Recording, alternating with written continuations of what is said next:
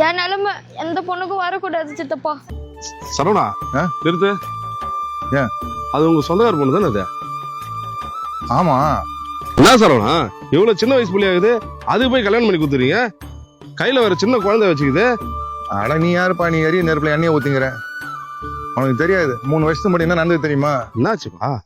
மணி என்ன ஆகுது? எப்ப வர சொன்ன, எப்ப வர? நீ டைம் ஆயிடுச்சு. நான் என்ன பண்றது? எப்பயுமே இதேதான் சொல்றேன்.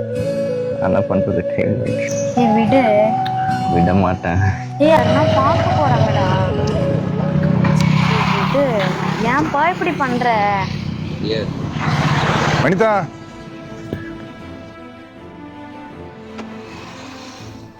யாருமா அது? தெரிஞ்சவங்க தான் சித்தப்பா, ஃப்ரெண்டு. ஏன் உனக்கு கேர்ள் ஃப்ரெண்ட் இருக்க மாட்டாங்களா? பாய் ஃப்ரெண்டு தான் இருப்பாங்களா? ஆமா, இங்க என்ன பண்ணிட்டு இருக்க? சும்மா பேசிட்டு இருக்கோம். ஏமா, ஆளை பார்த்தா பொறிக்கு மாதிரி இருக்கான், அவன் மூஞ்சும் முடியும், அவன் கூட என்ன பேசிட்டு இருக்க? இதோ பாருங்க, தேவையில்லாத பேசாதீங்க. என்னை பத்தி என்ன தெரியும் உங்களுக்கு? ஏய் நிறுத்துற, நான் அண்ணன் பேசிட்டு இருக்கேன், உன்கிட்ட பேசல. அவ்வளவுதான் உனக்கு. சித்தப்பா, ஏன் சித்தப்பா இப்படி பேசுறீங்க? நான் தான் ஃப்ரெண்டுன்னு தானே சொல்றேன். ஏமா, காலம் கெட்டு கிடக்குதுமா. ஃப்ரெண்டுன்னு சொல்லி தான் பழகுவானுங்க. ஆனா நாளைக்கு என்ன வேணா பண்ணலாம். காலேஜ் செகண்ட் இயர் தானே படிச்சுட்டு இருக்க, அதை நல்லா படிமா. என் அண்ணனுக்கு நீ ஒரே பொண்ணு. இந்த விஷயம் ஏதாவது என் அண்ணனுக்கு தெரிஞ்சு வச்சுக்க, அவர் நாண்டுக்கு செத்துருவாரு. அது முதல்ல தெரிஞ்சுக்க. எங்க அப்பாவே விட்டாலும் நீங்க விட மாட்டீங்க போல. எனக்கு 18 வயசு ஆகுது. நான் மேஜர், எனக்கு எல்லாமும் தெரியும். நீங்க சொல்லிதான் எனக்கு தெரியணும்னு அவசியம் இல்லை, சரிங்களா? நீங்க என்னமோ எங்க அப்பா கூட பிறந்த தம்பி மாதிரி பேசிட்டு இருக்கீங்க. தூரத்து சொந்த சித்தப்பா, அவ்வளவுதான். தேவையில்லாம அட்வைஸ் பண்றதோட கிளம்புங்க. இல்லம்மா, ஒரு நல்ல விதமா நான் சொல்றேன். எது நல்லதுன்னு எனக்கு தெரியும், நீங்க கிளம்புங்க.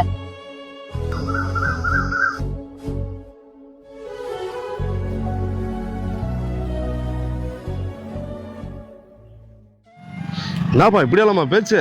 ஆமான்றேன். சரி போப்பா, ஒரு ரேட்டு பார்க்கலாம்.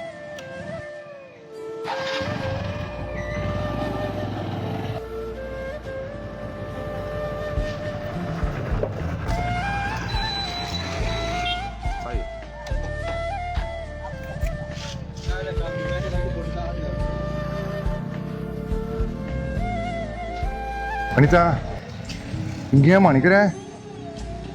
இது என்னம்மா கோலம்? சித்தப்பா என்ன மன்னிச்சிருங்க சித்தப்பா. அவன் நல்லவன் நம்பி போனேன். அவன் நல்லவனே இல்ல.